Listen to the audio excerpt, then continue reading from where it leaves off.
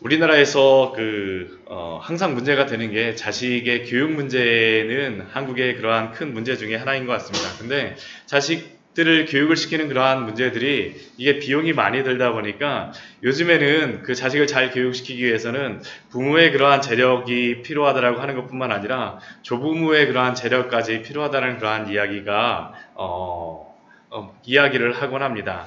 참 이 시대의 씁쓸한 단면이라고 할 수 있습니다. 그런데 이렇게 하다 보면 내 부모가 어떻게 했고 우리 할아버지가 어땠고 이러한 변명과 원망에 대한 그러한 마음들, 오늘 말씀을 보게 되면 이스라엘 백성들에게 이스라엘이 멸망한 그러한 멸망으로 가고 있는 이유, 왜 이렇게 우리나라가 이렇게 이럴까라는 그러한 이유를 찾는 것이 바로 그 방금 전에 제가 말씀드렸던 것 같이 누구 탓 때문에라는 그러한 이유로서 그들이 변명을 하고 있는 것을 우리가 발견할 수가 있습니다.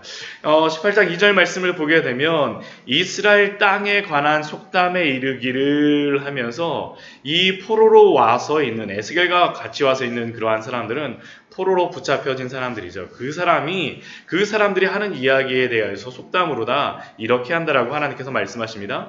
아버지가 신포도를 먹었으므로 그의 아들의 이가 시다. 그런데 이것은 에스겔만 이렇게 하나님께서 에스겔에게만 말씀해 주신 것이 아니라 저희가 예레미야 말씀에 보게 되면 동일한 속담을 예레미야를 통하여서도 말씀하십니다. 결국 그러니까 포로로 잡혀와 있는 이러한 사람들뿐만 아니라 포로로 잡혀와 있지 않은 그러한 예루살렘에 남아있는 그러한 사람들, 전체적으로 이스라엘의 모든 사람들이 지금 이러한 이야기를 하고 있다는 것이죠. 아버지가 신 포도를 먹었으므로 그의 아들의 이가 시다.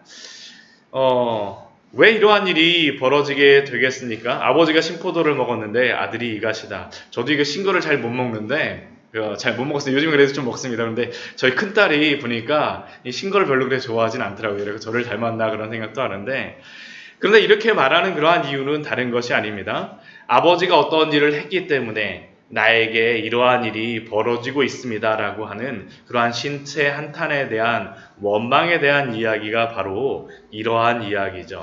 지금 우리나라가 바벨론에게 공격을 받고 위험에 빠진 것은 우리가 잘못해서가 아니라 우리의 조상들이 잘못했기 때문에, 내 조상 탓이기 때문에 지금 그렇게 됐다라고 지금 변명하고 원망하고 있는 것이 바로 이스라엘 민족들의 그러한 변명이었습니다. 포로로 잡혀와 있는 사람들뿐만 아니라 우리의 조상들 때문에 우리가 포로로 잡혀와 있어라고, 포로로 잡혀와 있는 사람들뿐만 아니라 아직까지 이스라엘에 남아있는 사람들, 우리의 조상들이 죄를 진 것 때문에 우리가 이렇게 연약해져 있어. 그런데 이렇게 그 변명을 하고 있는 것은 두 존재에 대하여서 지금 변명하는 것이라고 할 수 있습니다. 첫 번째는 그들의 조상에 대한 그러한 원망들, 그들의 부모에 대한 그러한 원망들, 이렇게 그 원망과 불평을 조상 탓, 누구 탓, 이렇게 환경 탓, 이렇게 하다 보면 그 결과는 무엇이겠습니까? 이렇게 되게 되면 그 상황 때문에 나는 어쩔 수가 없어, 내 운명은 이것인가 봐 라고 하는 숙명론과, 아니면 회의주의에 빠져서 이건 도저히 아무리 내가 해도 아무리 해도 되지 않을 일이야 라고 그 원망하고 불평하고 다른 사람들에게만 이야기하는 것이겠죠. 냉소적이며 회의주의적인 그러한 태도들.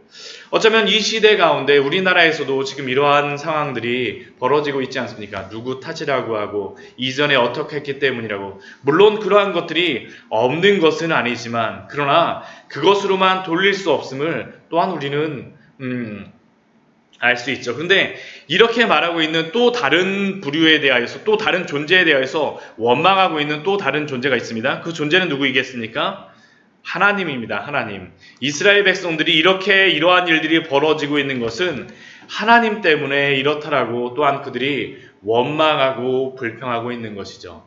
아무리 우리의 조상들이 이렇게 된 것도 결국에는 하나님이 이렇게 하셨어라고 하는 그 하나님에 대한 원망과 불평들, 이렇게 되게 되면 두 가지로 하나님께 그 하나님을 원망함으로 말미암아, 하나님을 불평함으로 말미암아 두 가지의 태도가 드러날 수밖에 없습니다. 한 가지는 하나님이 정말로 계신 것인가? 라는 그러한 원망들이죠. 하나님이 정말로 계시다면 이런 일이 있을 수가 없어. 또 하나님에 대한 원망에 대한 이유를 찾는 것은 이러한 것들에 대해서 하나님이 알고 계시고 살아계시다면 하나님이 능력이 없는 것이 아닌가? 아니면 나에게 관심이 없는 것이 아닌가? 그런데 하나님에 대하여서 이렇게 마음을 갖고 있는 그러한 태도의 결과는 동일합니다. 하나님을 의지하지를 않습니다. 하나님이 없다라고 생각해서 의지하지 않든 하나님이 있음에도 불구하고 하나님이 나를 도와줄 수가 없어서 아니면 관심이 없어서 그렇다고 생각하든 둘 다 그러한 사람들의 태도는 더 이상 하나님을 의지하지 않게 되죠. 이스라엘 백성들이 하나님을 떠나는 이유는 바로 이것 때문입니다. 아버지가 신포도를 먹었으므로 그의 아들의 이가 시다. 우리의 조상 탓뿐만 아니라 이렇게 인도하신 하나님 때문에 하나님을 떠나고 믿음에서 떠나는 일들이 벌어진다라는 것입니다. 그런데 이러한 속담을 향하여서 하나님이 대답하시는 그러한 말씀이 무엇입니까? 3절과 4절의 말씀을 통하여서 대답하시죠. 다시는 내가 나의 삶을 두고 맹세하노니 너희가 이스라엘 가운데서 다시는 이 속담을 쓰지 못하게 되리라. 다시는 이 속담을 쓰지 못하게 되리라. 왜? 그 이유가 무엇입니까? 모든 영혼이 다 내게 속한지라. 이스라엘 백성들은 하나님이 살아계시지 않거나 아니면 하나님이 관심이 없거나 하나님이 능력이 없다라고 생각하지만 그게 아니라는 겁니다. 모든 영혼이 다 내게 속한지라. 하나님이 살아계시고 그 모든 영혼들을 하나님이 다 섭리하시고 하나님이 다 운행하신다라는 겁니다.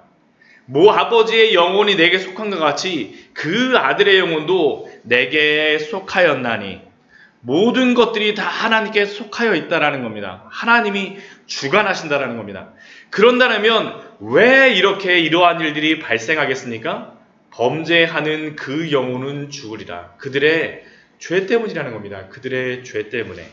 그래서 이 5절 말씀부터 18절까지의 말씀에서는 3대에 걸쳐서 일어나는 그러한 죄악의 모습들, 하나님이 이 아버지가 신포도를 먹었으므로 그의 아들의 이가 시다라고 하는 것이 아니다라는 것을 증명하기 위해서 3대에 걸쳐서 말씀하십니다.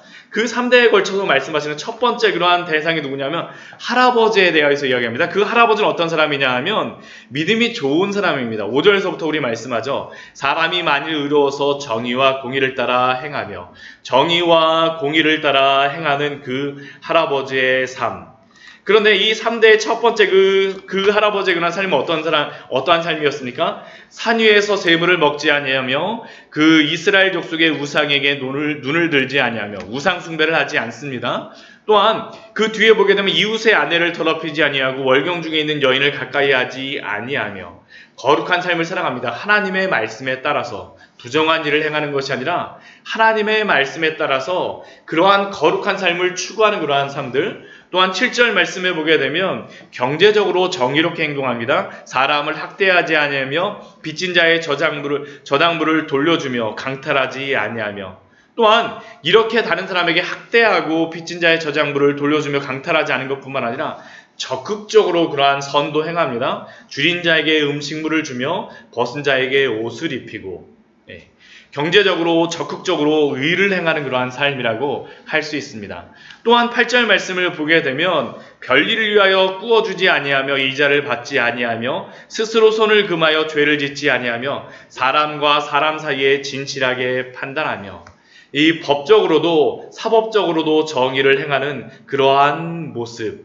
그리고 이렇게 행하는 그 사람은 의인이기 때문에 반드시 살리라라고 하나님께서 말씀하십니다. 이게 첫 번째 대에서 일어났던 것이죠. 그러면 두 번째 대에서 일어나는 그러한 것은 무엇이겠습니까? 우리 10절 말씀에서 나오는데 그에게 가령 그가 아들을 낳았다 하자라고 하면서 그 첫 번째 의를 행하였던 사람의 아들의 그러한 삶에 대하여 이야기합니다. 그 아들은 어떻습니까? 그럼 그 아들은 아버지가 이렇게 선을 행하였음에도 불구하고 그 아들은 도대체 선을 행하지 아니합니다. 선을 행하지 아니합니다. 그 반대의 일을 행하는 것이 바로 11절서부터 13절까지의 그러한 내용입니다. 우상 숭배를 하고 가난한 자를 학대하고 그 하나님의 말씀을 따르지 아니하고 그러한 죄악된 삶을 행하는 것들, 그 아버지와 정반대로 행하는 것이 바로 그 아들의 삶이었습니다. 그런데 그 아들의 삶은 어떠냐면 그가 살겠느냐라고 13절에 하나님께서 질문하시죠. 결코 살지 못하리니 자기의 피가 자기에게로 돌아가리라. 그러니까 아무리 아버지가 선을 행하였다라고 하여서 그 아들이 선을 행하는 것은 아니라는 것뿐만 아니라 또한 그 아들이 행한 그 악을 통하여서 그 아들은 죄를 받으리라는 것이죠. 또한 14절 이후의 말씀에 보게 되면 그 손자가 행하는 것입니다. 근데 그 손자는 정반대로 그 아버지와는 반대로 행합니다. 이 할아버지와 같이 우상 숭배를 하지 않고요. 또한 사람을 학대하지도 않고 주린 자에게 음식물을 주면서 하나님의 말씀을 적극적으로 행하는 그러한 사람. 근데 이 사람의 결론은 무엇입니까? 17절 말씀을 보면 하나님의 규례를 지키며 그 율례를 행할진대 이 사람은 그의 아버지의 죄악으로 죽지 아니하고 반드시 살겠고. 결국 그러니까 이 말씀을 통하여서 알려주시는 것이 무엇입니까? 그 아버지가 행한 선 때문에 그 아들이 그 구원을 받는 것도 아니고 또한 그 아버지가 행한 악 때문에 그 아들이 또한 구원을 그 죄악된 길로 가는 것도 아니라는 것입니다. 우리가 이러한 것들을 많이 볼 수가 있죠. 우리 주변에서도 동일하게 아버지가 악한 사람임에도 불구하고 두 형제가 있어.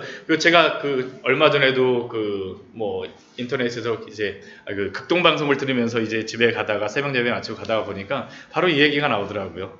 그 아버지가 악한 일을 행하였던 사람인데 그 아들이 두 명 있었는데 한 명은 성실하게 자기가 일함으로 말미암아서 하나님 안에 살아감으로 말미암아 그러한 세상에서의 그러한 성공을 누릴 뿐만 아니라 믿음으로 살아가고 또 다른 형제는 아버지가 그럼에도 불구하고 아버지가 그렇기 때문에 원망하고 불평하다가 범죄자가 되었다는 그러한 모습들. 동일한 그러한 상황이 있더라 할지라도 그러한 일들은 벌어지는 것이 아니다라는 것을 또한 우리 주변에서 여러 가지로 우리가 볼 수 있는 것입니다. 성경에서도 우리가 또한 그러한 것들을 많이 볼 수 있죠. 아하스 왕의 그러한 악한 아하스 왕의 아들이 히스기야였었고 또한 히스기야의 그러한 손자 그 아들은 또한 므낫세가 되어지는 이러한 모습들. 이러한 성경에 나와 있는 이러한 모습들을 통하여서 우리가 발견할 수 있는 그러한 것들, 하나님이 말씀하여 주시고자 하는 것이 무엇이겠습니까?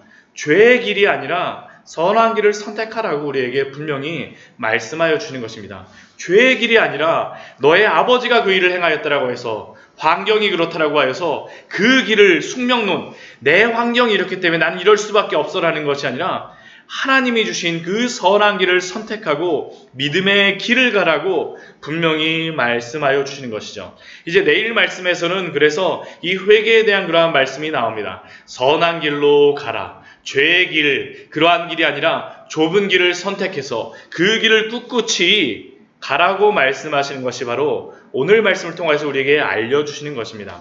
또한 오늘 말씀을 통해서 우리에게 알려주시는 것이 무엇이겠습니까? 다른 사람의 죄를 보는 것이 아니라 나의 죄를 보라고 하나님께서 분명히 말씀하여 주시는 것이죠. 이스라엘 백성들이 지금 하나님께 오지 않는 그러한 이유가 무엇이겠습니까? 아버지가 신포도를 먹었기 때문에 이 이스라엘 사람들은 적어도 자신들은 세 번째 손자라고 생각하는 겁니다. 포로들도 그렇고 예루살렘에 거하는 사람들도 이 비유를 들을 때마다 나는 3대에 속한 손자야. 근데 하나님이 말씀하시는 것은 그것이 아닙니다. 바로 너의 죄 때문에 너희가 죽으리라는 것이 바로 이스라엘 백성들에게 말씀하여 주시는 것이죠. 결국 자신의 죄에 대해서 깨닫지 못하게 되면 하나님 앞에 돌아오지 못한다라는 것이 바로 오늘의 말씀입니다. 제가 예전에 이사야서 53장 6절의 말씀을 통하여서 제가 발견하였던 것도 사실은 그것이었습니다. 저희 아버님이 목사님이었음에도 불구하고 제가 예수님을 믿지 못하였었거든요. 근데 제가 말씀을 통하여서 저에게 충격으로 다가왔던 것이 무엇이었었냐면 하나님께서는 우리 모두의 죄악을 그에게 담당시키셨더라라고 말씀하시고 그 앞에 보면 우리는 다 양 같아서 각기 제 길로 가거늘이라고 하는데 딱 보니까 제 갈 길로 가고 있는 사람이 바로 저더라고요. 제가 그거를 발견하고 나니까 하나님 앞에 회개할 수밖에 없었습니다. 지금 에스겔에게 말씀하여 주신 것도 바로 그것입니다. 이스라엘 백성들에게 다른 사람의 죄 때문이 아니라 바로 너의 죄 때문에 물론 환경적인 것들, 숙명적인 것들도 있지만 그러나 그 이유는 그 조상 탓이 아니라 하나님 때문이 아니라 바로 너의 죄 때문에 죽고 있다는 것을 바로 하나님께서 에스겔 선지자를 통하여서 말씀하여 주시고 있는 것입니다. 오늘 18절 말씀에서 그 말씀을 하시죠. 그의 아버지는 심히 포악하였으므로 그 동족을 강탈하고 백성들 중에서 선을 행하지 아니하였으므로 그는 그의 죄악으로 죽으리라.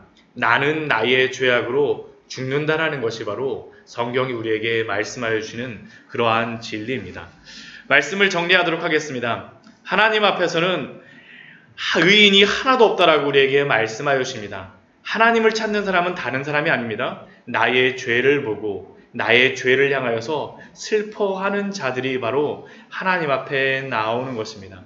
바로 우리가 그것 때문에 하나님 앞에 나아오고 또한 기도하고 있지 않습니까? 또한 그러한 사람들은 나의 죄를 볼 뿐만 아니라 이 시대의 죄악을 보고 이 민족의 죄악을 보고 같이 기도하게 되어집니다. 오늘 우리나라의 그러한 상황이 그런 것 같습니다.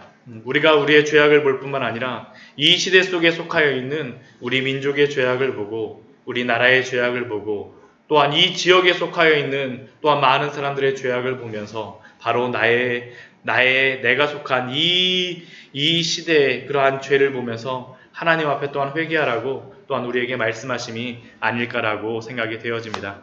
우리 같이 기도하며 나가도록 하겠습니다. 같이 기도할 때 정말로 하나님 이 시대 가운데 참